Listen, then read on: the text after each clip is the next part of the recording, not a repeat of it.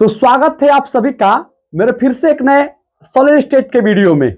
बताते चले आपको कि अब तक हम लोग 2 से 3 वीडियो सॉलिड स्टेट के अपलोड कर दिए हैं। अगर आप लोग अब तक नहीं देखे हैं, अब तक नहीं जग पा रहे हैं, तो भैया जग जाइए, आपका सेशन स्टार्ट हो गया है। अब आप अभी से ही मेहनत करना स्टार्ट करिए, अन्यथा अंत में जाकर आप मेहनत करिएगा ना तो मेहनत भैया बेकार हो जाएगा। बढ़िया से भैया एकदम कवर अप आप अपने सिलेबस को नहीं कर पाएंगे, ठीक है ना। तो अभी से आप रोजाना हर एक सब्जेक्ट पर आधा आधा घंटा मेहनत करना स्टार्ट करिए, और अंत में भैया अपना ज्ञान की लेवल देखिएगा और साथ ही साथ नंबर भी देखिएगा, कितना बेटर होगा। सब कुछ आपके पक्ष में रहेगा अगर आप अभी से ही मेहनत करना स्टार्ट कर रहे हैं तब। अगर नहीं तो भैया कॉम्पिटिटिव का युग है, कंपटीशन का युग है भैया हमारा, आप कितना पीछे जाएंगे ये आप सोच नहीं सकते हैं। तो विनम्रता भाव से आपसे अनुरोध रहेगा कि कृपया करके आप अभी से लग जाइए। हमने स्टार्ट कर दिया है और पूरे केमिस्ट्री को आप लोगों के साथ फ्री ऑफ कॉस्ट में इस यूट्यूब चैनल पर पढ़ाने वाले हैं। तो आप से विनम्रता से अनुरोध ये भी रहेगा कि कृपया करके इस चैनल को आप लोग सब्सक्राइब कर ले, और भैया अगर बढ़िया लग रहा है तो एक प्यारा सा कमेंट भी करिए, लाइक भी करिए और दूसरे के पास शेयर भी कर दीजिए। हम तो यही चाहेंगे आपसे, बस इतना हम उम्मीद कर सकते हैं, और हम करेंगे कि आप लोग ये वाली बात करेंगे, ठीक है ना। तो आइए स्टार्ट करते हैं। इस वीडियो से पहले हम लोग 2-3 वीडियो पढ़े हैं, जिसमें से अंत वाला वीडियो था जो वीडियो नंबर 2 था, उसमें क्रिस्टलीय और अक्रिस्टलीय ठोसों के बारे में आप लोगों के साथ डिस्कस किया था कि क्रिस्टलीय ठोस किसे कहते हैं, अक्रिस्टलीय ठोस किसे कहते हैं, क्रिस्टलीय ठोसों को, क्रिस्टलीय और अक्रिस्टलीय ठोसों के बीच अंतर क्या होता है। इन सारी बातों को आप लोगों के साथ डिस्कस कर चुका हूं। आज हम लोगों को पढ़ना है, टॉपिक है क्रिस्टलीय ठोसों का वर्गीकरण, क्रिस्टलीय ठोसों का क्लासिफिकेशन ऑफ क्रिस्टलाइन सॉलिड। मतलब आज हम लोगों को क्लास में यह पढ़ना है कि क्रिस्टलीय ठोसों का क्लासिफिकेशन, वर्गीकरण कैसे किया जाता, मतलब क्रिस्टलीय ठोस कितने प्रकार के होते हैं, ठीक है ना। तो सबसे पहले क्रिस्टलीय ठोस के बारे में आप जानते हैं क्या? तो क्रिस्टलीय ठोसों के बारे में आप जानते हैं ये कि क्रिस्टलीय ठोसों में जो कण होते हैं, अवयवी कण होते हैं, वो नियमित एवं पुनरावृत्त क्रम में सजे रहते हैं। नियमित बोले तो भैया अवयवी कण क्या, तो कुछ इस प्रकार से अवयवी कण क्रिस्टलीय ठोसों में सजे रहते हैं। एक सिस्टम के तहत सभी अवयवी कण भैया हमारे एक दूसरे से कनेक्ट करते हुए पूरे क्रिस्टल जालक का निर्माण करते हैं, ठीक है ना। यह हुआ भैया नियमित क्रम।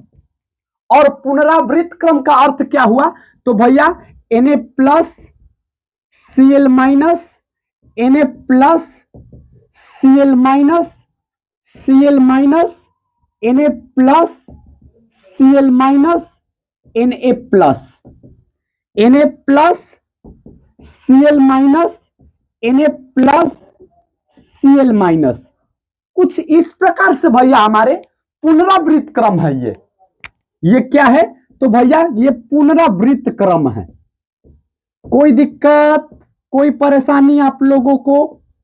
ये सारी बात हमने पिछले वाले क्लास में डिस्कस कर चुके हैं आप लोगों के साथ। अगर नहीं देखा है भैया तो शुरू से आप लोग देखना स्टार्ट करिए। 2 ही वीडियो तो हुआ है अभी भैया, पहला वीडियो 15 से 20 मिनट का होगा और दूसरा भी 15 से 20 मिनट का होगा। 1 घंटा में वे देख लीजिए, उसके बाद इस पर आइए, देखिए पिक्चर एकदम बढ़िया से क्लियर हो रहा है कि नहीं हो रहा है। सारी चीजें एक दूसरे से आप लिंक कर पाएंगे, और जब भैया आप एक दूसरे से सब कुछ लिंक कर पाएंगे तो आप भैया समझ जाइए कि आपके पास महारत हासिल करने की योग्यता आ गई है। बस लगे रहिए, जी जान से मेहनत करते रहिए, ठीक है ना। तो नियमित क्रम ये हुआ और पुनरावृत्त क्रम ये हुआ।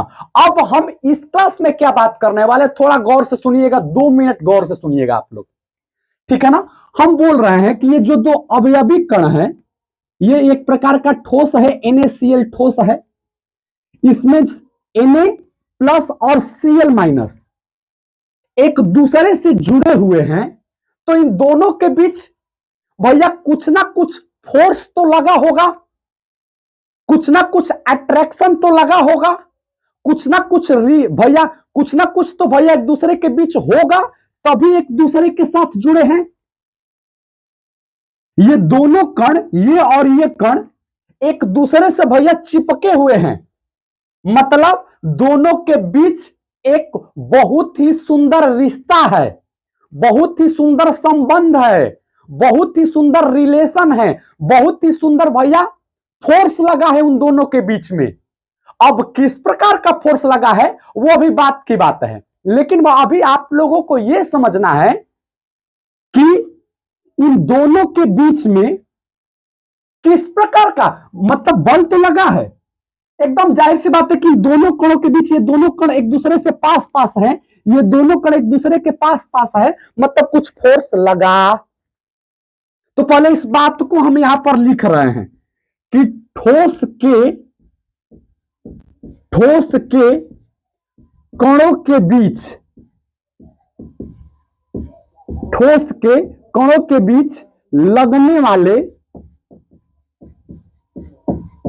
वाले बल, ये तो फिक्स हो गया कि ठोस के जो अवयवी कण हैं उनके बीच कुछ ना कुछ भैया फोर्स लगा रहता है, कुछ ना कुछ भैया अट्रैक्शन लगा रहता है, तभी एक दूसरे से पास पास, ठीक है ना, कोई दिक्कत परेशानी।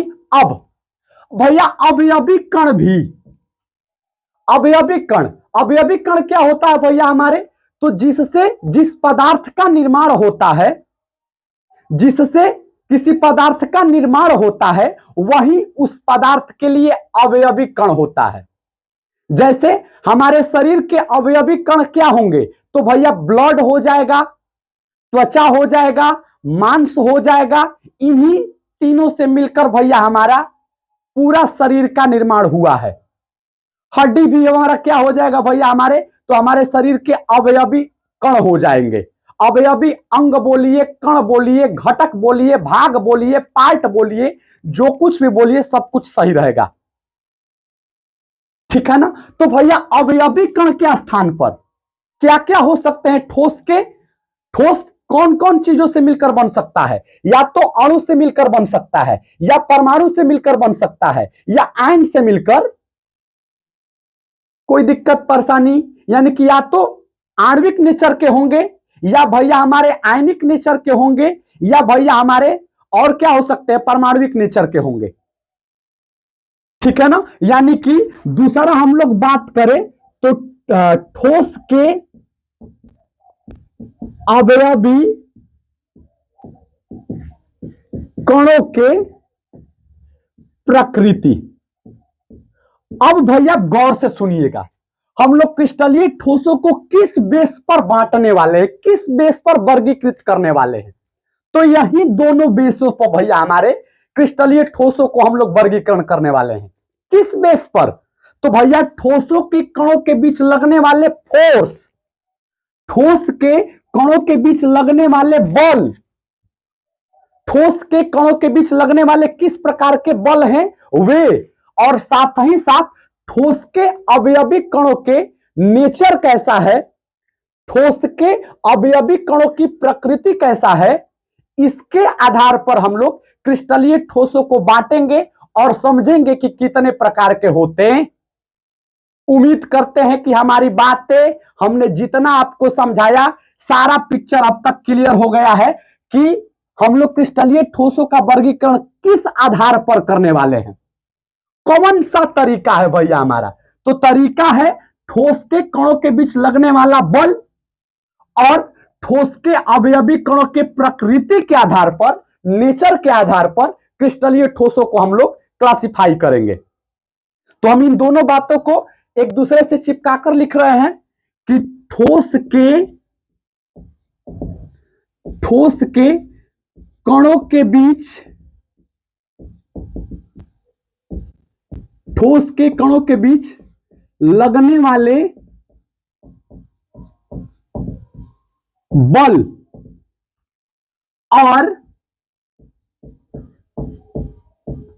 और ठोस के अवयवी कणों के प्रकृति के आधार पर,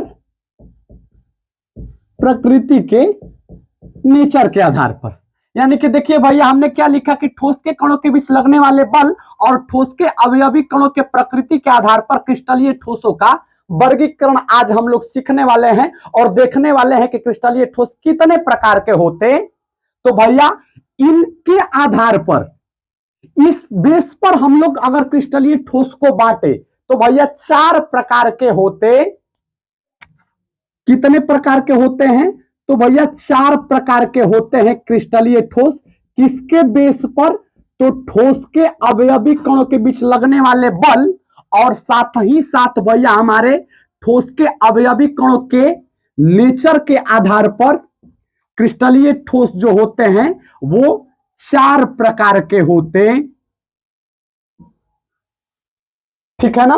पहला प्रकार, पहला होता है भैया हमारा आयनिक ठोस। पहला क्या होता है? तो पहला होता है आयनिक ठोस। उम्मीद करते हैं बातों को समझ गए होंगे आप। Ionic solid. ठीक है। दूसरा होता है भैया हमारा सह संयोजी ठोस या नेटवर्क ठोस। कोई दिक्कत? तीसरा होता है भैया हमारा धात्विक ठोस। कोई दिक्कत? और चौथा होता है आणविक ठोस। चौथा होता है आणविक ठोस। तो पहले इन चारों का आप लोग बढ़िया से भली भांति नाम आप लोग याद करिए, उसके बाद हम कुछ और सारी चीजें को बता रहे हैं कि ठोस के कणों के बीच लगने वाले बल और ठोस के अवयवी कणों के नेचर के आधार पर क्रिस्टलीय ठोस जो होते हैं वो 4 प्रकार के होता है। पहला होता है आयोनिक ठोस, दूसरा होता है भैया सहसंयोजी ठोस, तीसरा होता है धात्विक ठोस और चौथा होता है आणविक ठोस। समझे क्या? सीखे क्या आप लोग? अब भैया जो आणविक ठोस होता है इसको भी वैज्ञानिक लोग 3 भागों में बांट देते हैं। आणविक ठोसों को भी वैज्ञानिक लोग कितने भाग में बांटते हैं? तो वैज्ञानिक लोग इसको भी 3 भाग में बांटते हैं। पहला होता है ध्रुवीय, ध्रुवीय आणविक ठोस, ध्रुवीय आणविक ठोस। दूसरा होता है अध्रुवीय आणविक ठोस, अध्रुवीय आणविक ठोस। और तीसरा होता है H बॉन्ड युक्त आणविक ठोस। समझे आप लोग कि आणविक ठोस को भी भैया हमारे 3 प्रकार से बांट दिया जाता है। ध्रुवीय आणविक ठोस, अध्रुवीय आणविक ठोस और तीसरा होता है H बॉन्ड युक्त आणविक। ठीक है, बातों को समझ गए आप लोग। अब भैया हम लोग एक एक करके इसके बारे में, इसके बारे में, इसके बारे में, इसके बारे में, इसके बारे में, इसके बारे में, इसके बारे में हम लोग डिटेल एक एक करके पढ़ने वाले। मतलब इन 7 के बारे में हम लोगों को डिटेल पढ़ना है, आपके सिलेबस में है। तो हम इसी वीडियो के अंदर इसको अब समझाएंगे आप लोगों को कि आयनिक ठोस किसे कहते हैं। भैया इस टॉपिक से आपके बोर्ड के एग्जाम में लगभग हर साल ही क्वेश्चन पूछे जाते हैं और क्वेश्चन 2 तरीकों से पूछा जाता है। पहला प्रकार ये होगा, पूछ लेगा कि आयनिक ठोस किसे कहते हैं, किन्हीं 2 आयनिक ठोसों का उदाहरण दे। ये 2 नंबर का प्रश्न आपसे पूछा जाएगा इस टॉपिक से। और 1 नंबर वाले कैसे प्रश्न पूछे जाएंगे ऑब्जेक्टिव? तो भैया पूछ लेगा कि निम्नलिखित में से कौन आयनिक ठोस है। 4 गो ठोस का नाम लिख देगा। अब आपको पहचानना होगा कि इनमें से कौन आयनिक ठोस है। कैसे पहचानेंगे, क्या करेंगे, कैसे लिखेंगे परिभाषा को, इन सारी बातों को अब हम इसका बता रहे हैं। अगले वीडियो में इन सभी के बारे में बताएंगे। तब तक आप लोग इसके बारे में इंडिविजुअली हम लोग बात करेंगे कि आयनिक ठोस क्या होता है, कैसे पहचानेंगे आयनिक ठोस को। तो देखिए, सबसे पहले यह एक प्रकार के क्रिस्टलीय ठोस है। क्रिस्टलीय ठोस में भैया अवयवी कण या तो अणु होंगे या परमाणु होंगे या आयन होंगे।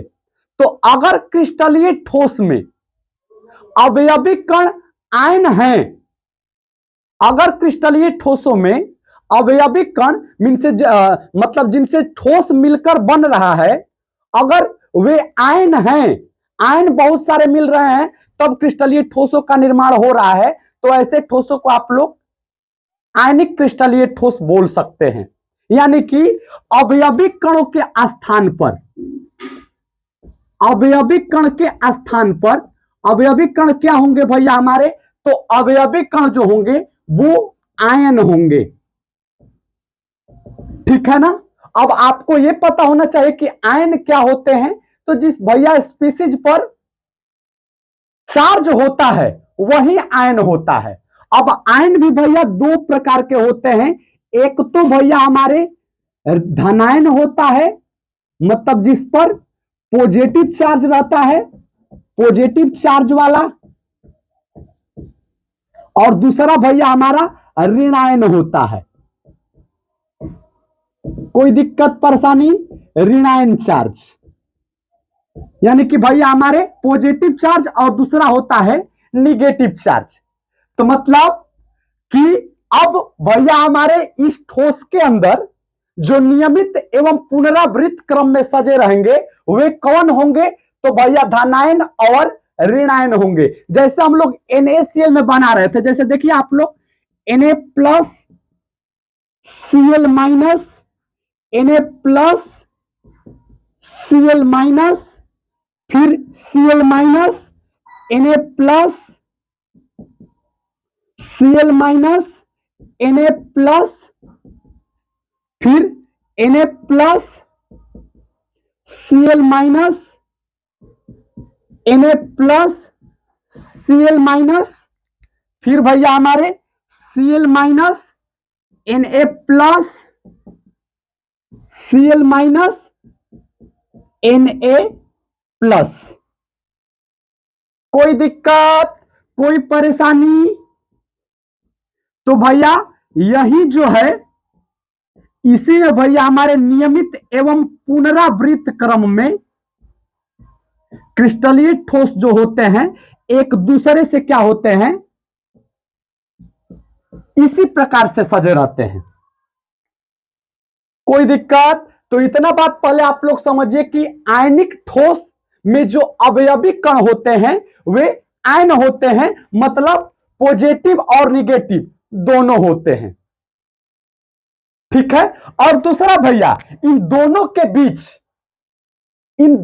बीच यानी कि पॉजिटिव और निगेटिव के बीच जाहिर सी बात है कि कुछ ना कुछ फोर्स तो लगा होगा। अब उस फोर्स का नाम क्या होता है, इस बात को भी आप लोगों को ध्यान में रखना है। अगर आयनिक ठोस के डिफिनीशन पर पढ़ना जाना चाहते हैं तो सबसे पहले आपको यह याद करना होगा कि अवयवी कण आयन होते हैं, मतलब धनायन और ऋणायन होते हैं, और धनायन और ऋणायन के बीच किस प्रकार के फोर्स लगते हैं। तो भैया हम यहां पर बल भी लिख रहे हैं, बल कहिए या आबंध कहिए, किस प्रकार का रहता है भैया हमारा, तो उसका नाम होता है कूलाम्बिक बल।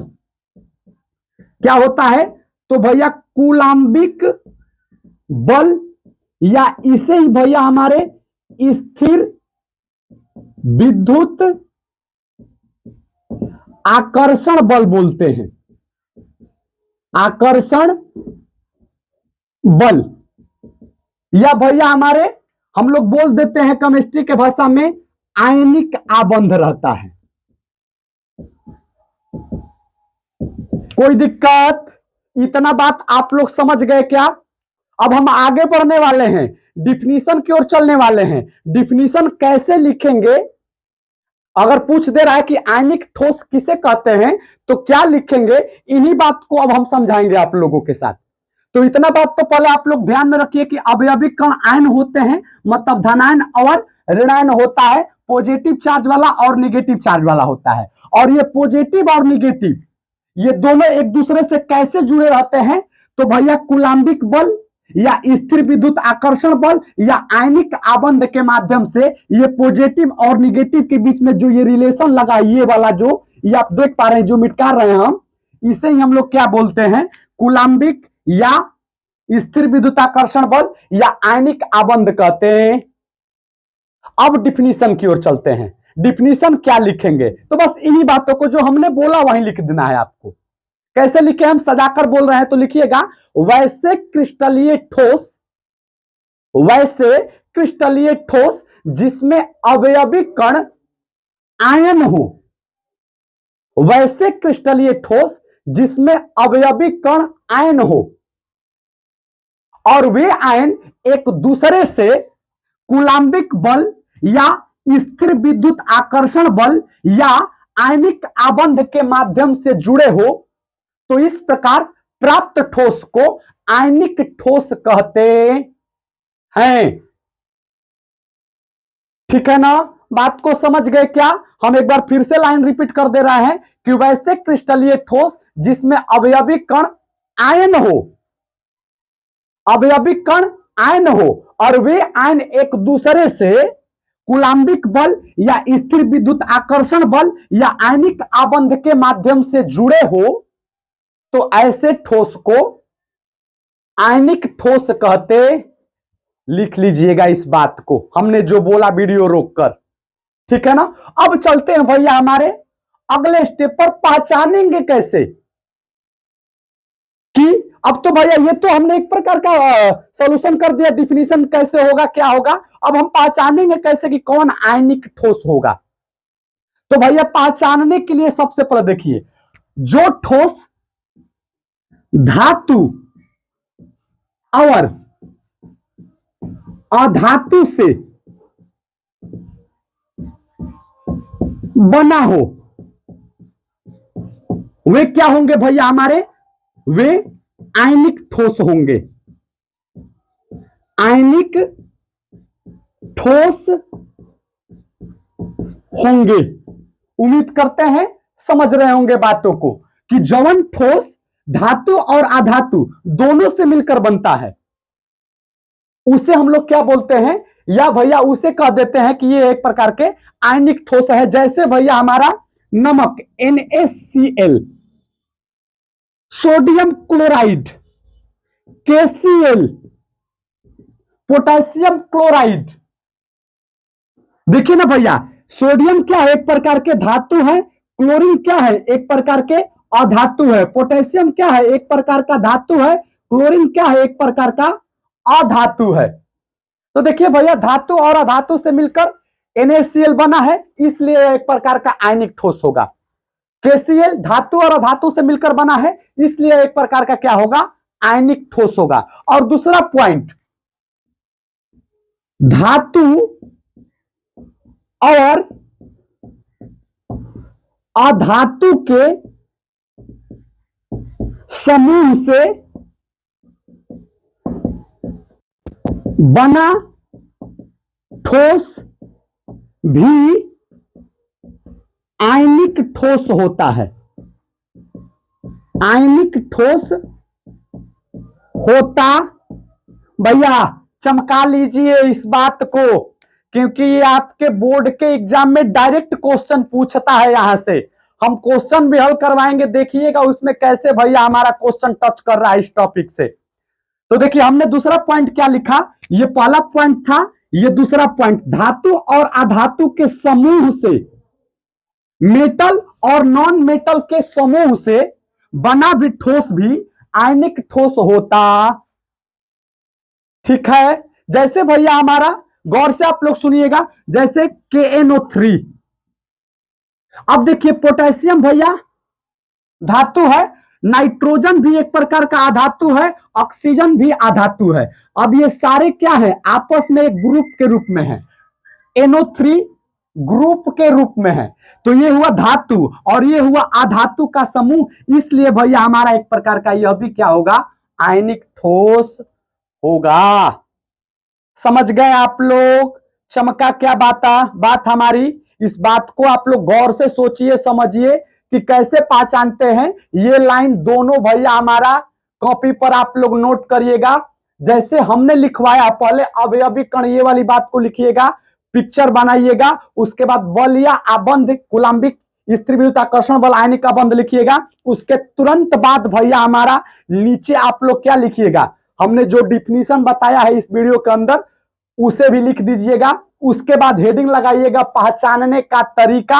ये दोनों पॉइंट आप लोग लिख लीजिएगा, आपका आयनिक ठोस जो होगा कंप्लीट हो जाएगा। उम्मीद करते हैं हमारी बातें, हमने जो पढ़ाया, हमने जो सिखाया आप लोगों को बेहतर ढंग से समझे होंगे। अगर थोड़ी सी भी परेशानी हुई होगी तो भैया कमेंट बॉक्स खुला है, कमेंट करिएगा, अगले वीडियो में निदान होगा ही होगा। धन्यवाद, प्रणाम आप सभी को।